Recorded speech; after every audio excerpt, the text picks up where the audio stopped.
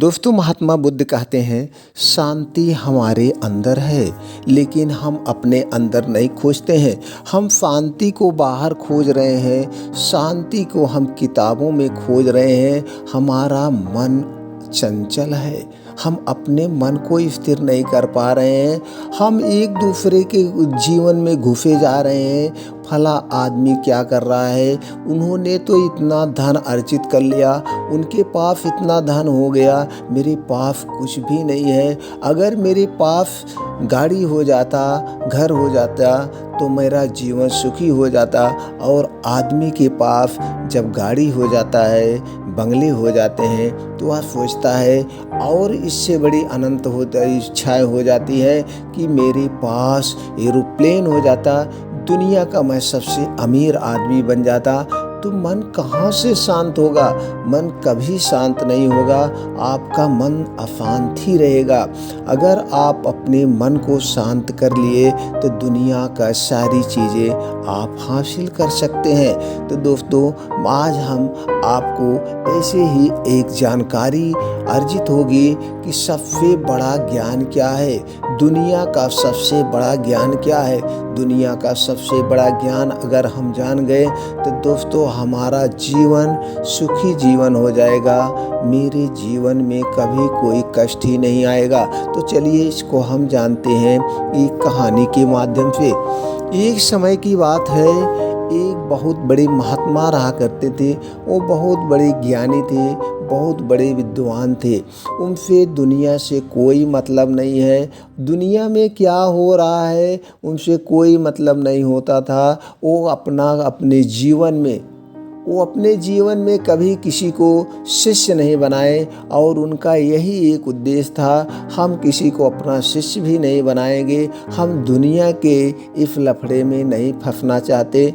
इसीलिए वो गांव देश से दूर एक बहुत बड़ी ऊंची से पहाड़ी पर जा कर के वहीं रहते थे, वहीं पे ध्यान मग्न रहते थे, वहीं पे अपना ध्यान करते थे। किसी को कोई शिक्षा नहीं देते थे, वो सिर्फ और सिर्फ अपने ध्यान अपने आप पे काम करते थे, अपने मन पे काम करते थे।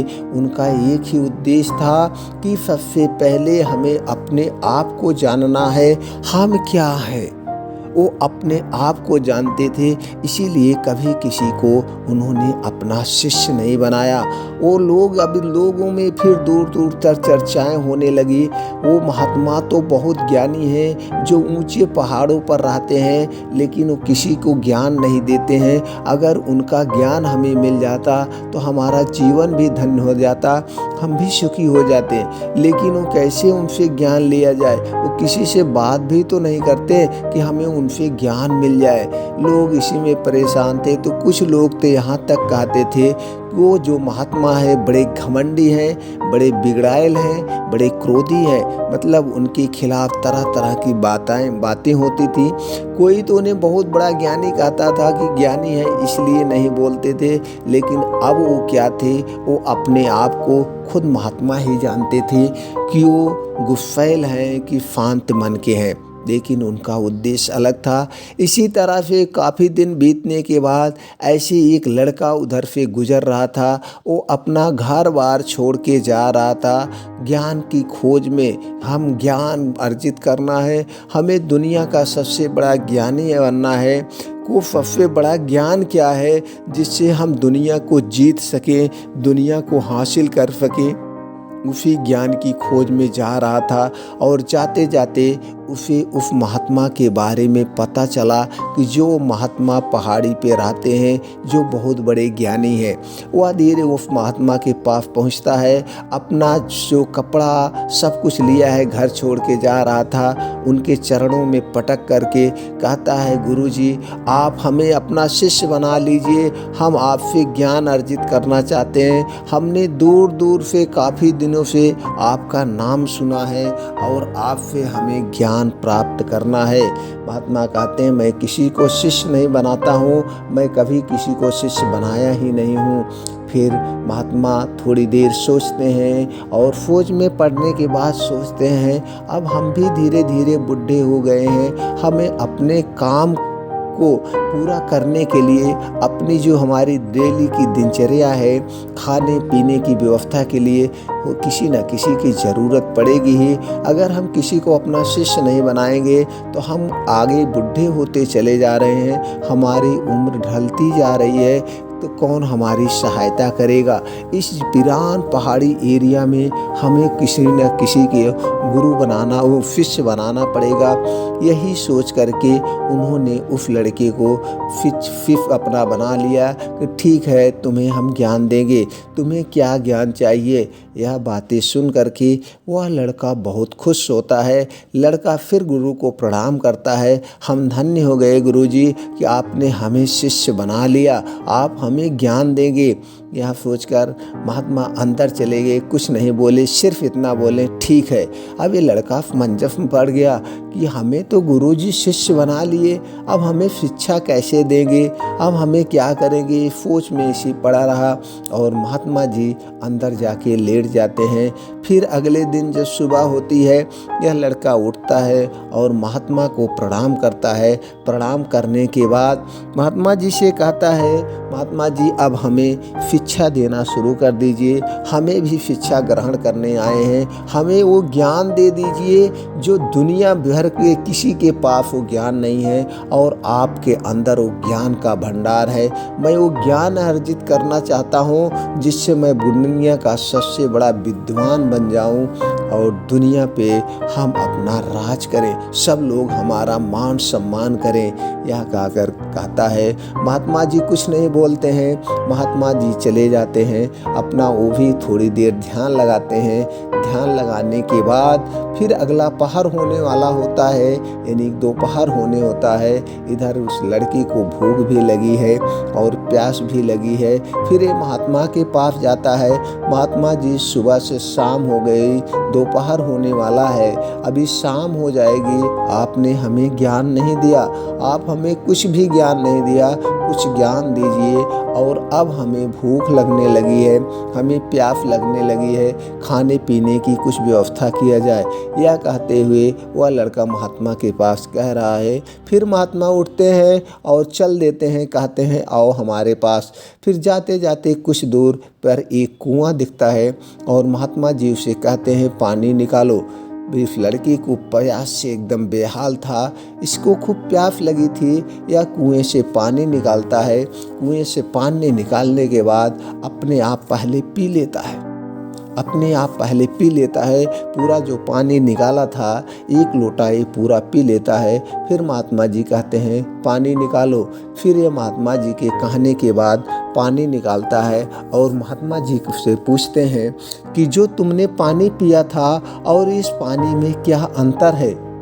अब वो लड़का मंजफ में पड़ जाता है और कहता है महात्मा जी वो पानी तो हमने पी लिया है, ये पानी मेरे हाथ में है, हम कैसे बता सकते हैं इस पानी और उस पानी में क्या अंतर है। तो महात्मा ने कहा यहीं हम भी खड़े थे, लेकिन तुमने हमको भी नहीं पूछा कि महात्मा जी आपको भी प्यास लगी होगी, आप भी पानी पी लीजिए। तुमने पानी पी लिया, उसमें नहीं देखा क्या है।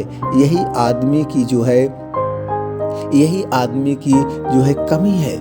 आदमी इसी खोज में रहता है, जब उसे वो मिल जाता है वो तुरंत उसको अर्जित कर लेता है। अर्जित करने के बाद उसके बारे में सोचता भी नहीं ये पानी कैसे है, इसमें क्या स्वाद है। चूँकि उसकी इच्छाएं जो है अनंत है, वो अपनी अनंत इच्छा को पूरी करते लिए इच्छाएं उसकी थोड़ी सी पूरी हो गई और वह रुक गया। अब दोबारा आप पानी निकाले हो, अब इसको हाथ में लिए हो, इतनी देर से हाथ में ले करके सोच रहे हो, अब तक तो उसको पी गए थे और जबकि हम सामने खड़े थे, आप हमको भी नहीं देखे तुमने।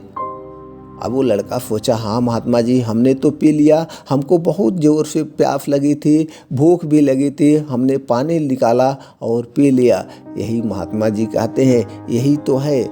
आपने कोई भी आदमी अपनी इच्छा के पीछे भाग रहा है, उसकी इच्छाएं अनंत है, वो जानने का प्रयास नहीं करता है और वह जो उसके सामने आता है पहले उसको खा लेता है, पी लेता है, जो भी ज्ञान मिलता है उस ज्ञान को ले लेता है, उसके बारे में में नहीं सोचता विचार रहता है। यह कह करके महात्मा जी उस लड़के को ले करके फिर आते हैं कुटिया। कहें ठीक है चलो कुटिया वापस चलते हुए कुटिया पे आते हैं। अपना जो कुछ भी बनाना है नाश्ता बना करके खा करके विश्राम करते हैं, ध्यान लगाते हैं और ध्यान के बाद सो जाते हैं।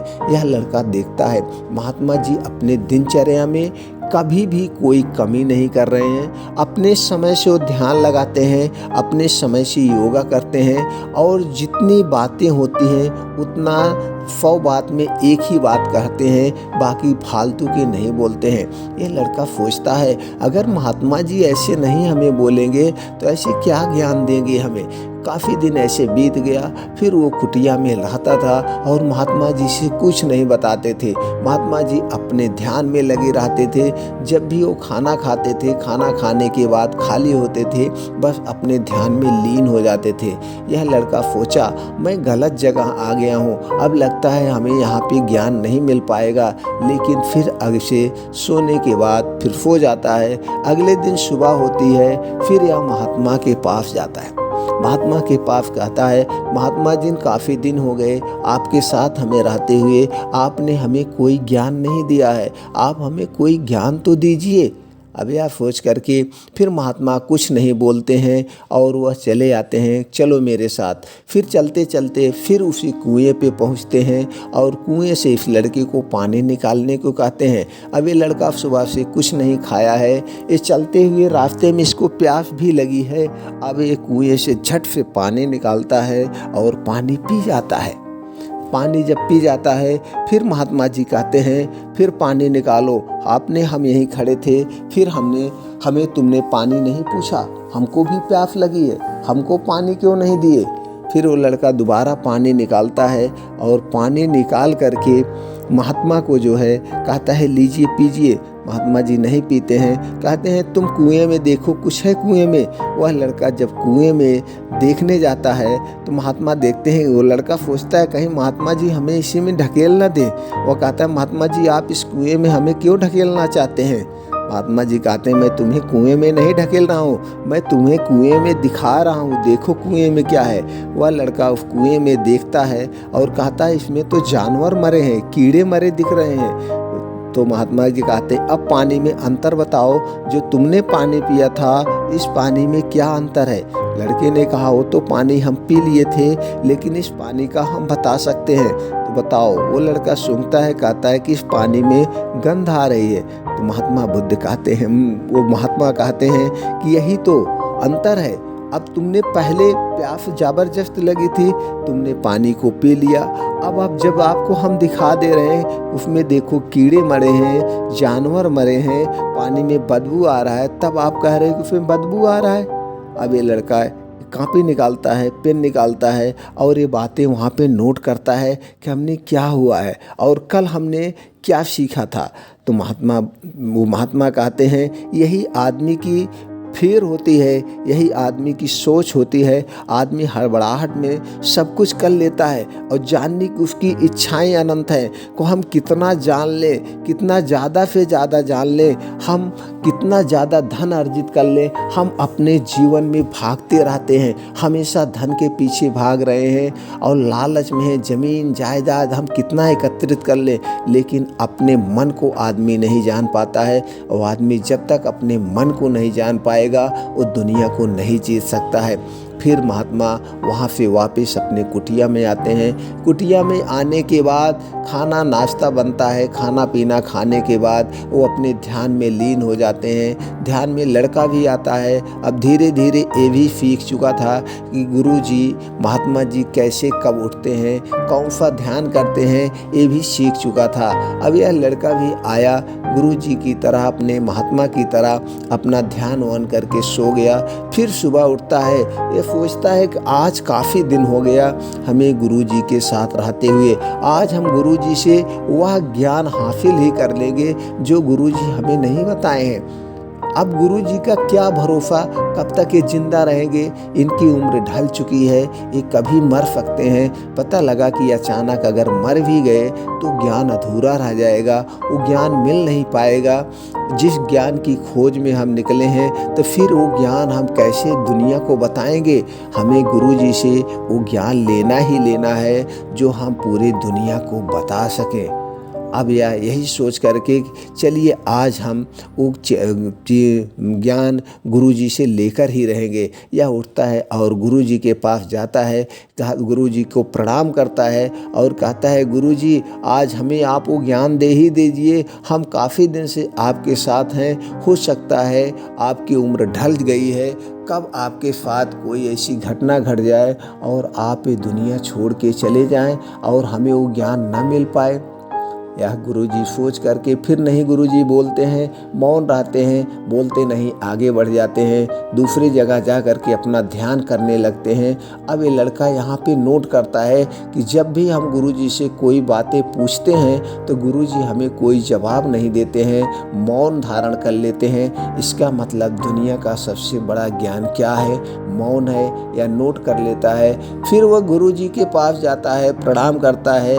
ऐसे ऐसे काफ़ी दिन बीत गए, ऐसे काफ़ी दिन बीत गए। फिर वह गुरु जी के पास जाता है और कहता है, गुरु जी आपकी दिनों दिन तबीयत खराब होती जा रही है, आपकी उम्र ढलती हुई जा रही है, कृपया हमें वह ज्ञान दे दीजिए कि जो ज्ञान हम दुनिया को भी दे सके, जिससे दुनिया का कुछ भला हो सके। वो ज्ञान आप लेकर मर जाएंगे तो ज्ञान अधूरा रह जाएगा, वो ज्ञान इसी में दब जाएगा। इतने दिनों की आपकी जो तपस्या है वो तपस्या किसी काम के नहीं आएगी, किसी मनुष्य के काम नहीं आ पाएगी। इसलिए वो ज्ञान हमें दे दीजिए, वो ज्ञान हम दुनिया को दे दें, वो ज्ञान हमें दुनिया को दे करके दुनिया का भी उद्धार करना है।